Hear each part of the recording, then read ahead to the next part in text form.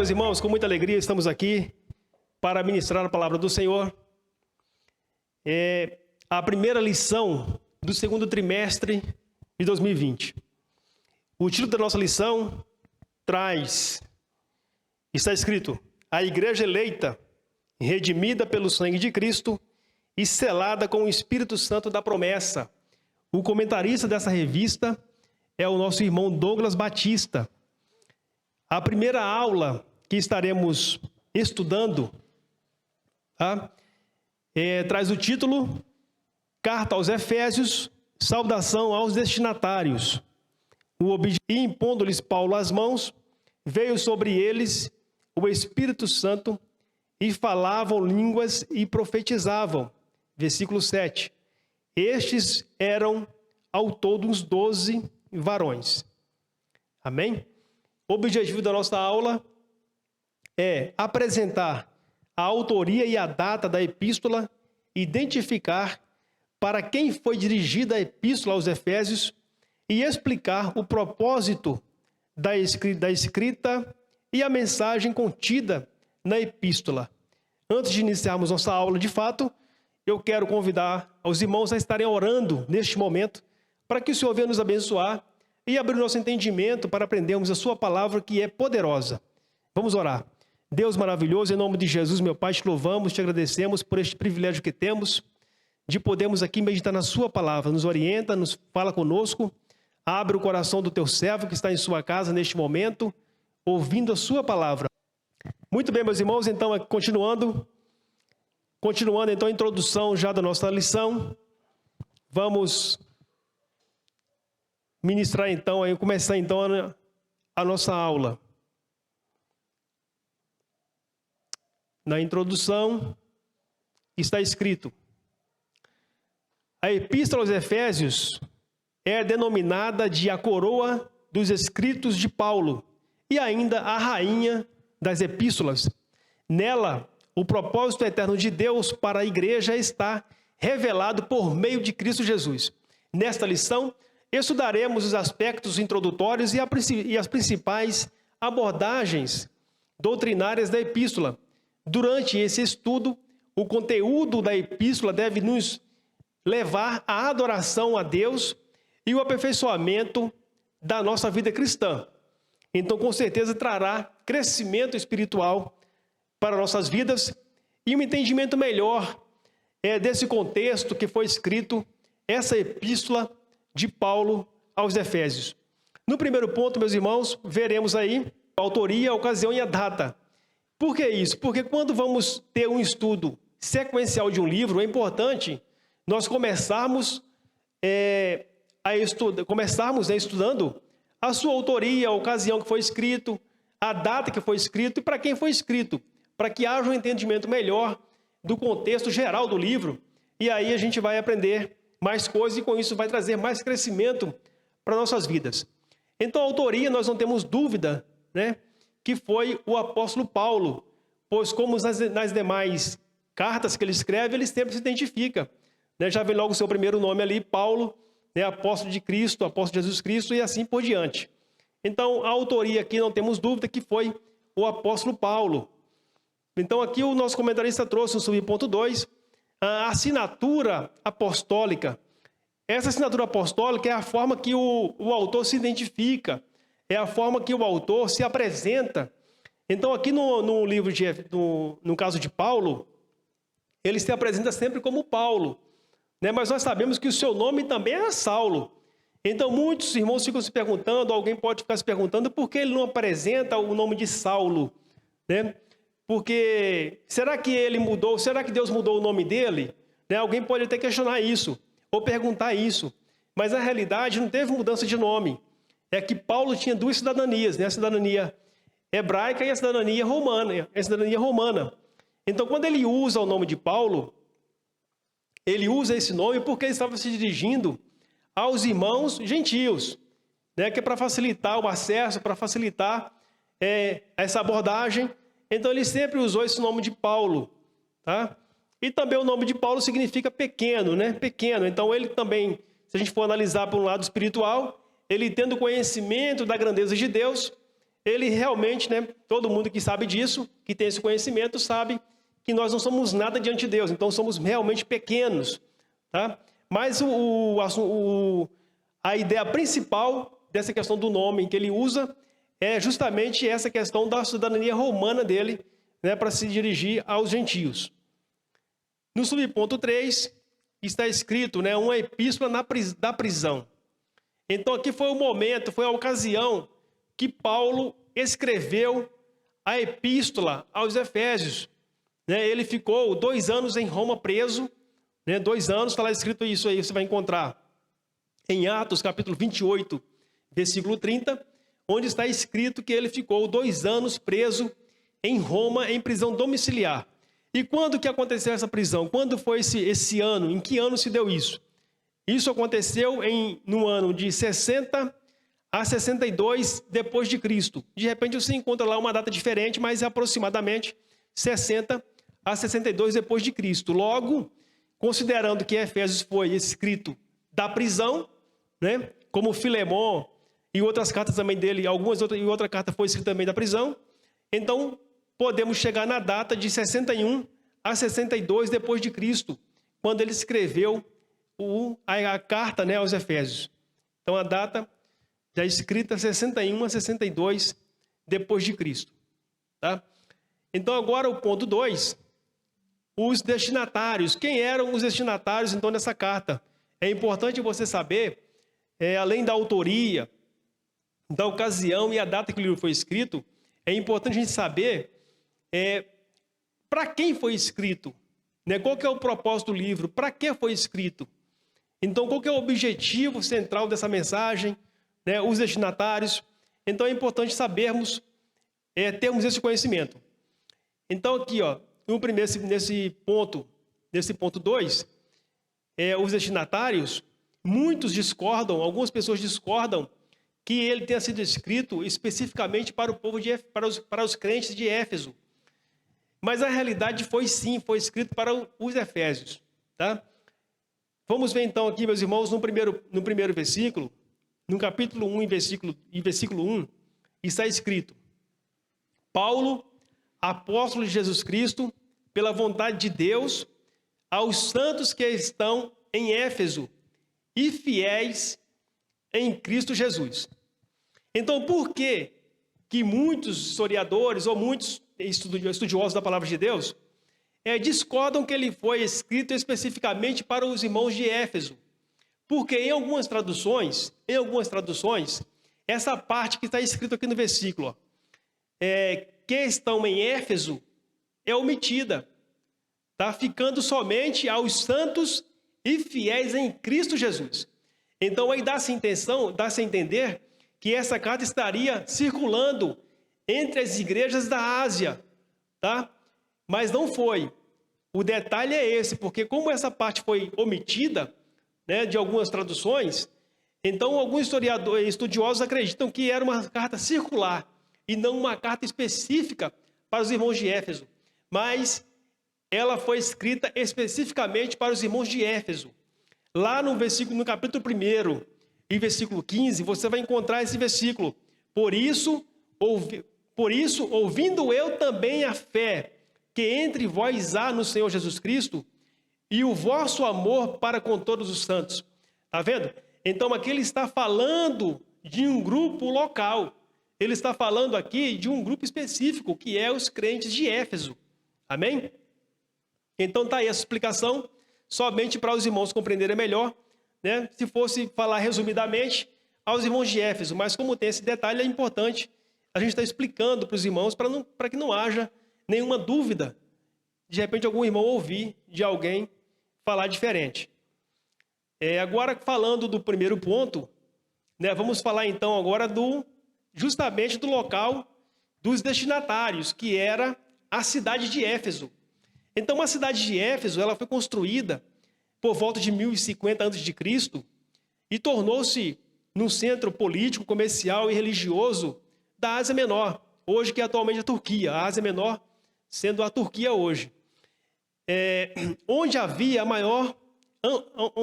maior anfiteatro do mundo, com capacidade para 25 mil pessoas. População que tinha naquela época cerca de 500 mil habitantes. Então os irmãos observam que realmente era uma cidade muito grande, né, para o período, uma cidade muito desenvolvida para o período. Já tinha naquele lugar, né, o maior estádio, o maior anfiteatro do mundo. Imagina só o que é isso, tá? Então realmente é uma cidade bem desenvolvida. Então como é de costume da humanidade, como é comum a gente ver, é que quando uma cidade é muito desenvolvida, a tendência é que haja uma proliferação maior de pecado, de prostituição, de mistificação, de adoração a outros deuses. Então é nesse contexto que Paulo vem a este lugar para trazer uma mensagem de Deus para a sua população. Tá?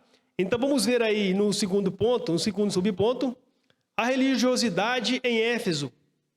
Então como que era essa religiosidade? Né?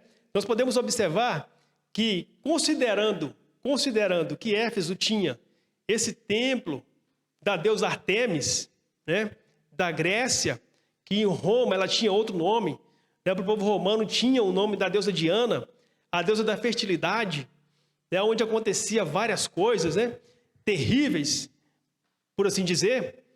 Então, esse templo também que era considerado uma das 7 maravilhas do mundo. Então, os irmãos já observam aí que havia uma procura pelo turismo muito grande, que era uma fonte de recursos para aquele lugar, mas ao mesmo tempo havia uma idolatria muito acentuada. As pessoas que vinham àquele lugar vinham para ver esse templo, mas também vinham para adorar essa deusa daquele mundo, né?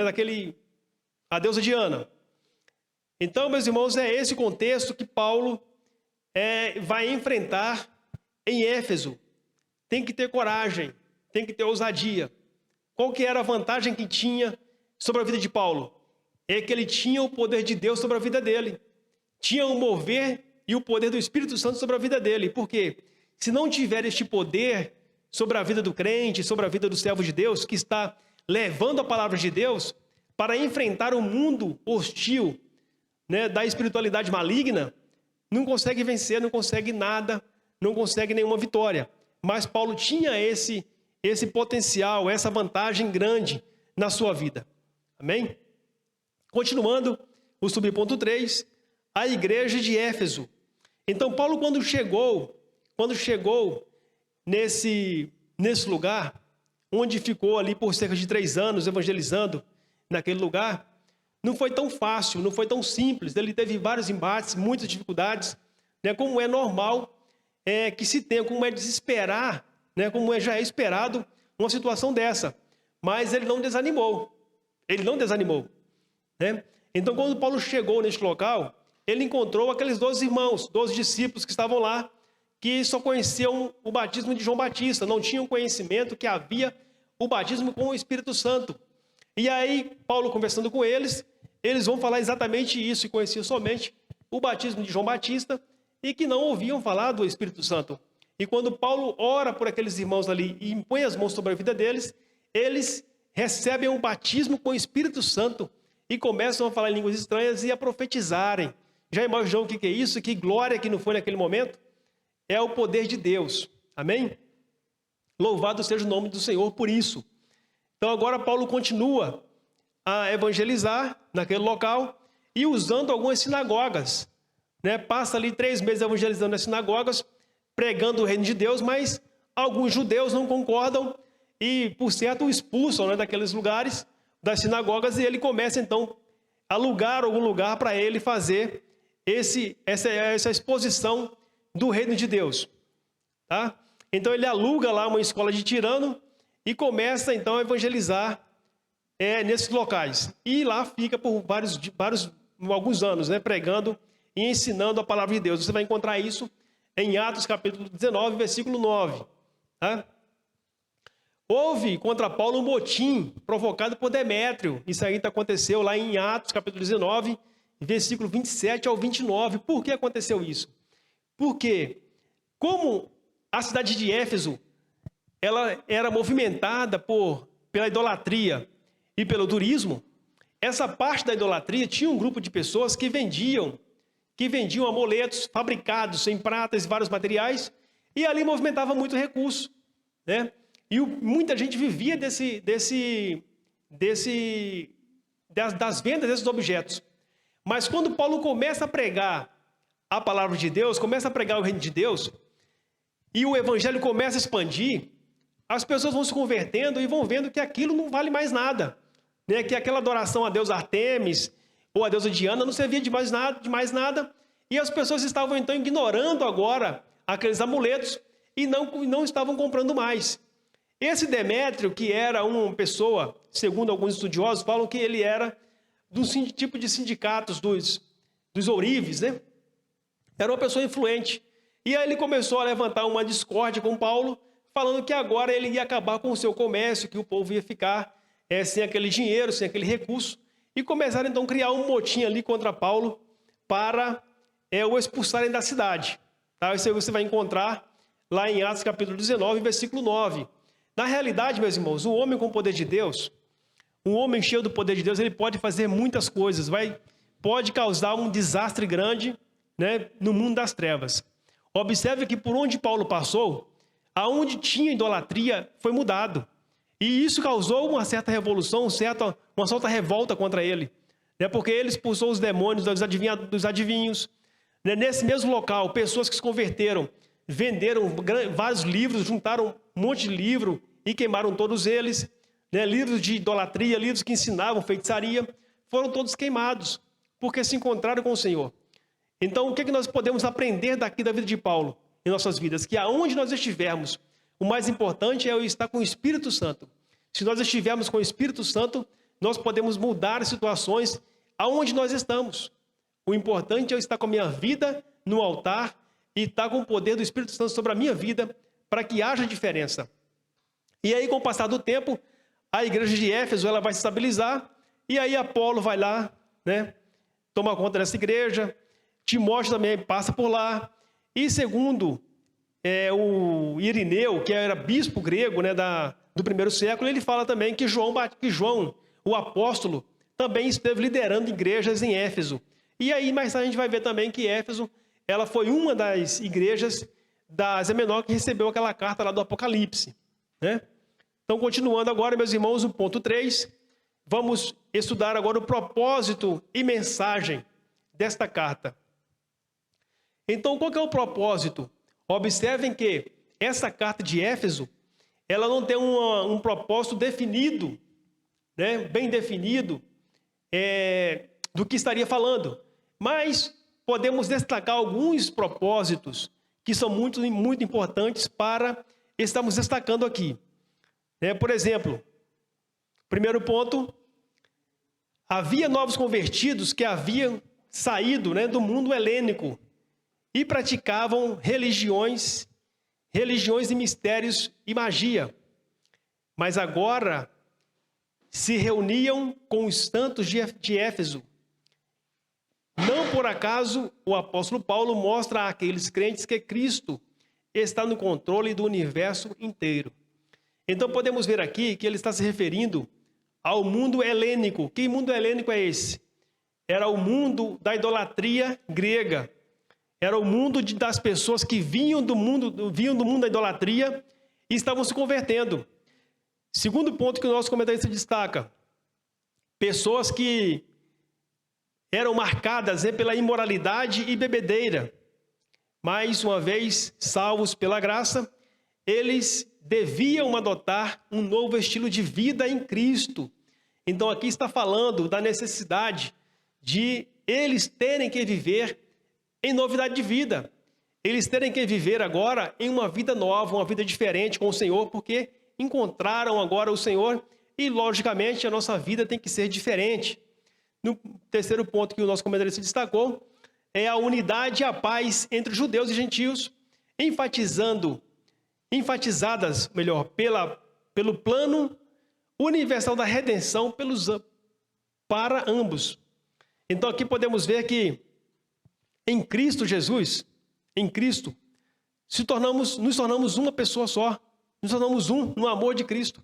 Não importa a etnia, não importa nada, tudo é vinculado no amor através de Cristo Jesus. Então Paulo mostrou isso, que agora toda a rivalidade que havia entre os gregos e os judeus, né, que eram tratados diferentes, como peregrinos em terra estranha, agora em Cristo estariam unidos em amor e a paz tinham que reinar entre eles.